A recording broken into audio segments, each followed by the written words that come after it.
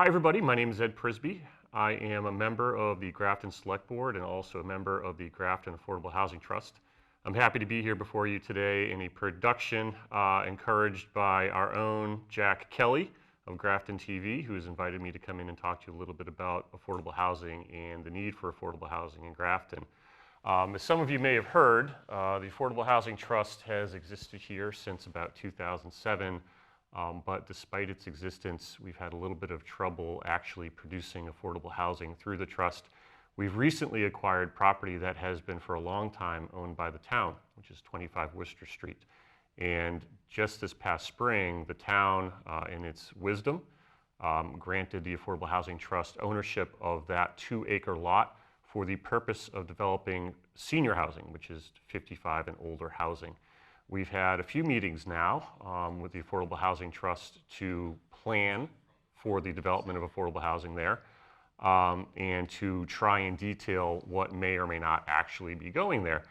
And what I wanted to do is take the time to come down today and talk a little bit about affordable housing, the need for affordable housing, and what eventually, if anything, you might see happen with 25 Worcester Street and where the Affordable Housing Trust might go after that. These opinions are my own, I should emphasize. I'm not here to speak on behalf of the trust, and I'm not here to speak on behalf of the Grafton Select Board.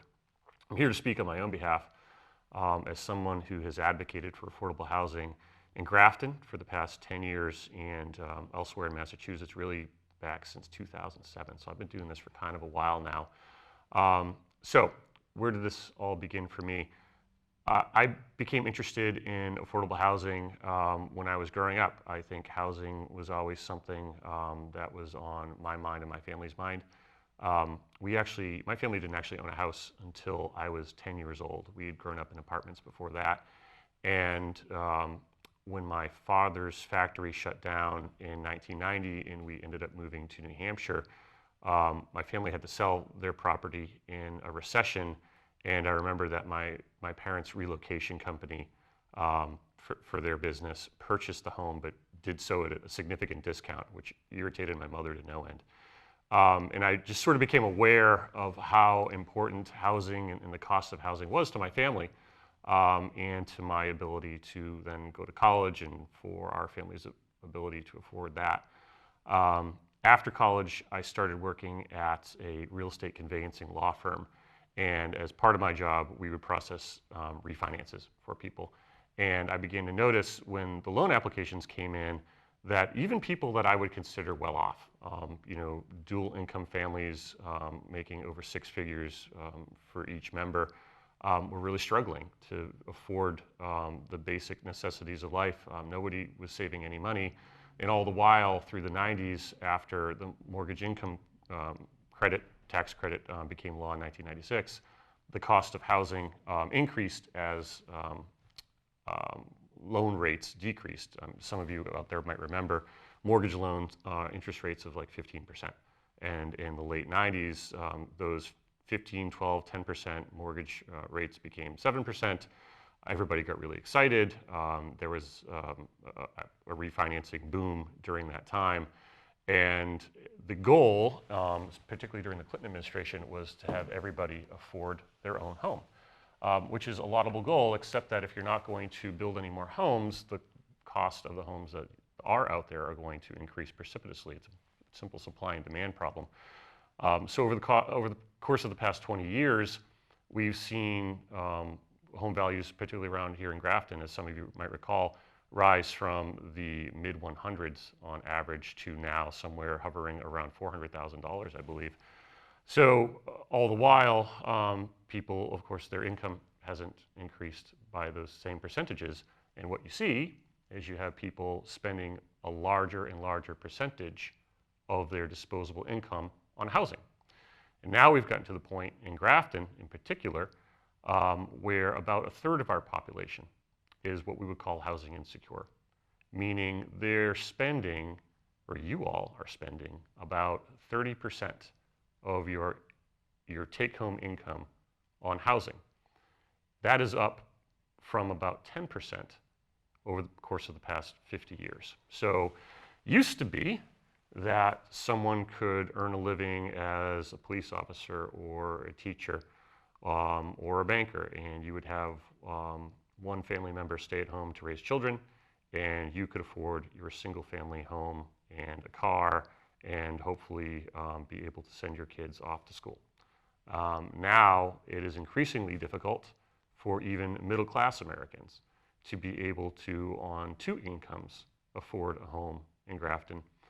And the trickle-down effect from all of that is we have to make choices with what we do with our income. Do we save for retirement or not? Do we afford our own health care or not? Are we able to send our children to college or not? Our lack of ability to pay for housing impedes our ability to transcend class. And what I mean by that is, if you cannot afford generally to move around, if you can't afford to buy in an area in which you work or would like to work, that's going to impact your ability to go out and make a living. It's also going to impact your ability to afford to educate yourself. And we know that in this economic environment, typically speaking, the greater degree you have, the more income you're going to have. So housing has a real impact on people's ability to achieve their dreams. It used to be that your dream was to be able to own and afford a house. And now that dream is out of the reach of an increasing amount of Americans, and in particular, the middle class. I'm going to talk about that for a minute.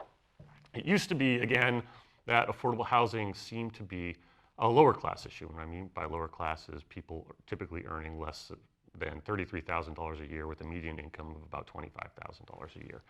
That's no longer the case. Increasingly, affordable housing is a middle class issue. And what we're seeing, again, is the middle class shrinking in the United States. 50 years ago, in 1960, the middle class consisted of about 52% of all Americans. Now, for the first time since 1960, the middle class is less than the majority of Americans. The middle class is shrinking. And part of that problem is, part of the problem, not the entire problem, of course, but part of the problem is housing insecurity and how much money we're all paying for housing. Massachusetts, in the greater Boston area, ranks among one of the most expensive housing markets in the entire United States, on par with both New York and San Francisco. We're seeing, as a result of that, an increasing number of people heading west, heading north, away from Boston. And of course, Grafton has been one of the beneficiaries of this influx of new people. But as a result of that, again, development has increased, and we have not actually, despite the fact that development has increased, we haven't kept pace with the demand for housing in Massachusetts. Now, in particular, as a result of the pandemic, housing is just out of control. You can put a house on the market right now and get offers for greater than the asking price within 24 hours. So what can we do to offset the real financial difficulty that families are experiencing in Massachusetts? Well, we can create more housing, both more market rate housing and both more affordable housing.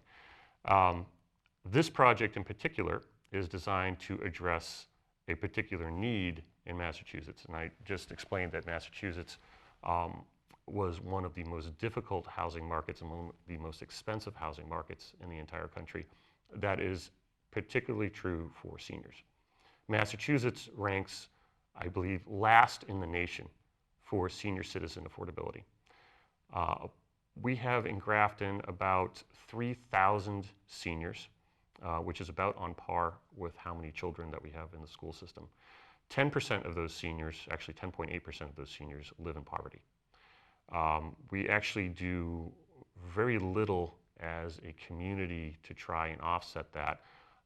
They are somewhat of an invisible population. What we do know is that of those seniors who are living in the community and who aren't even in poverty, 30% of them are housing insecure. That means that, again, those seniors have to choose constantly between paying a mortgage, paying taxes, and paying for medicine, and paying for food. In order to offset this problem, what we've decided to do is create as many affordable housing units as we can for seniors at 25 Worcester Street. Now, this has a ripple effect not only on the senior population, but on the community as a whole.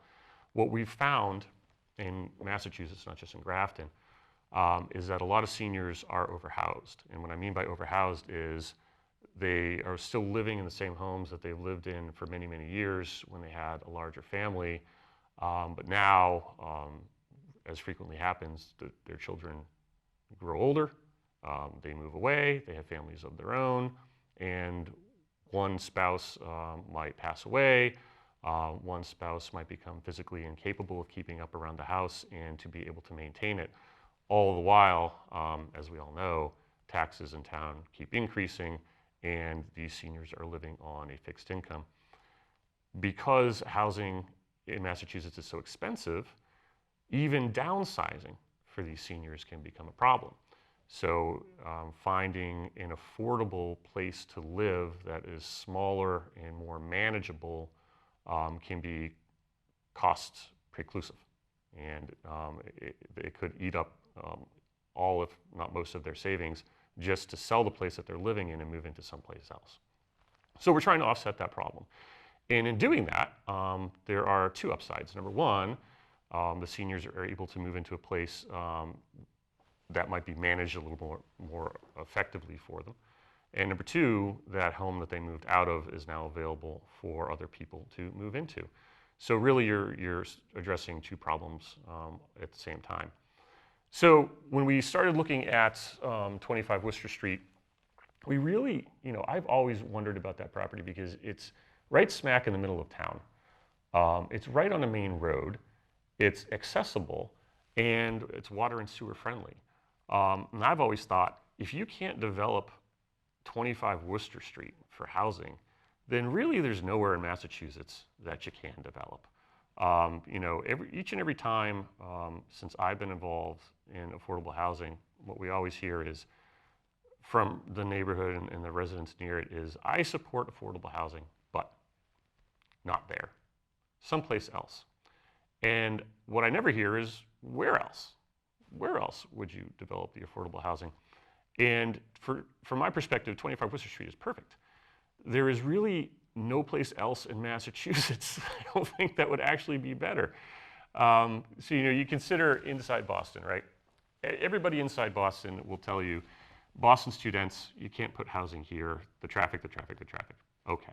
So then you move into the suburbs outside of Boston, and each of the neighborhoods in the suburbs outside of Boston will tell you the same thing.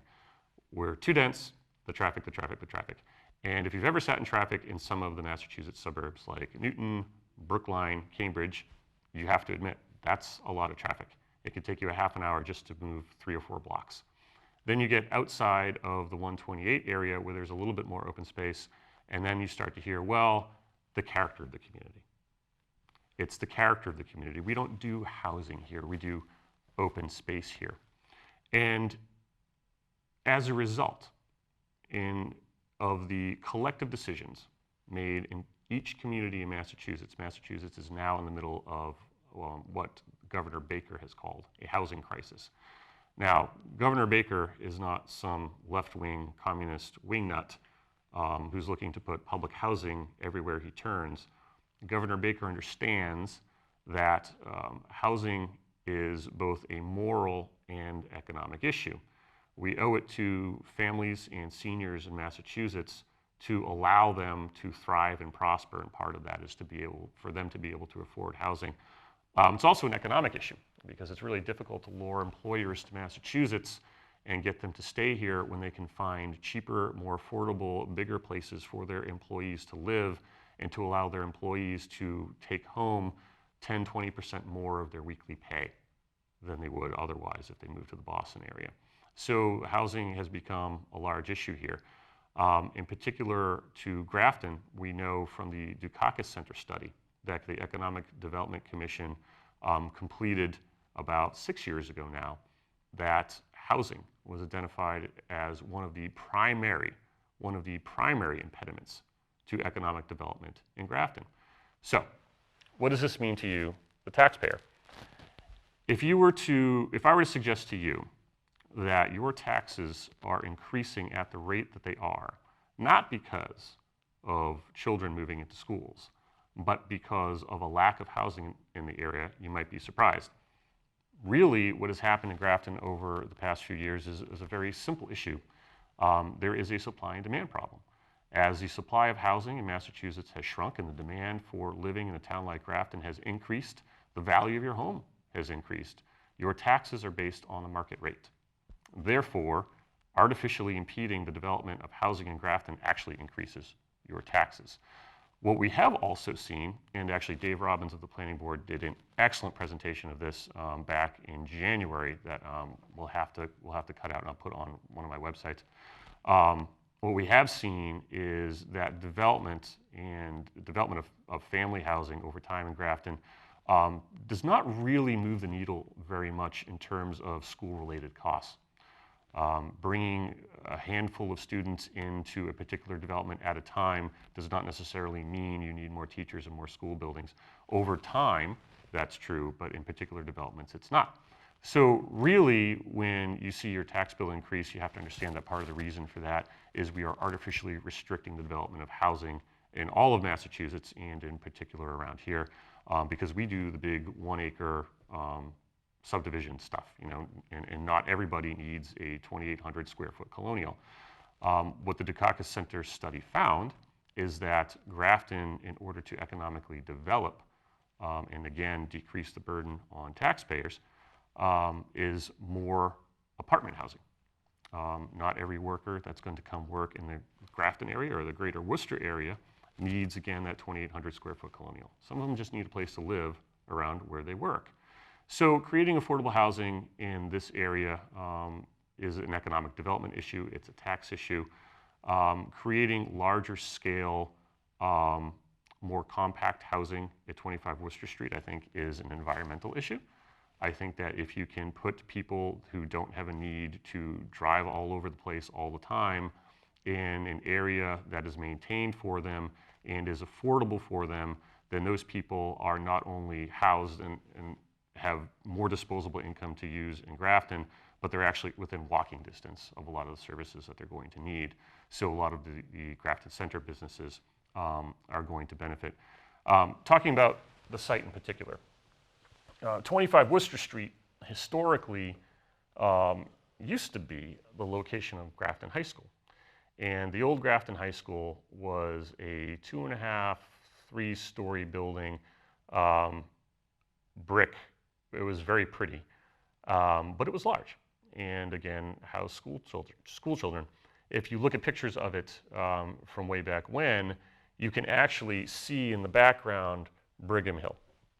And the reason you can see Brigham Hill in the background is because the neighborhood wasn't built up around it. So historically speaking then, that site was used for a larger scale building before there were houses around it. Everyone who's ever moved here has moved into a home that displaced some open space. And as we could see from the historical pictures of the site at 25 Worcester Street, that is true. Here we have a situation now where larger scale senior housing might displace some open space. And I can understand where neighbors might be concerned about the impact on their neighborhood. However, the question we're facing here, in my opinion, is a moral one. As President Kennedy once said, are we going to treat our fellow man as we ourselves would like to be treated?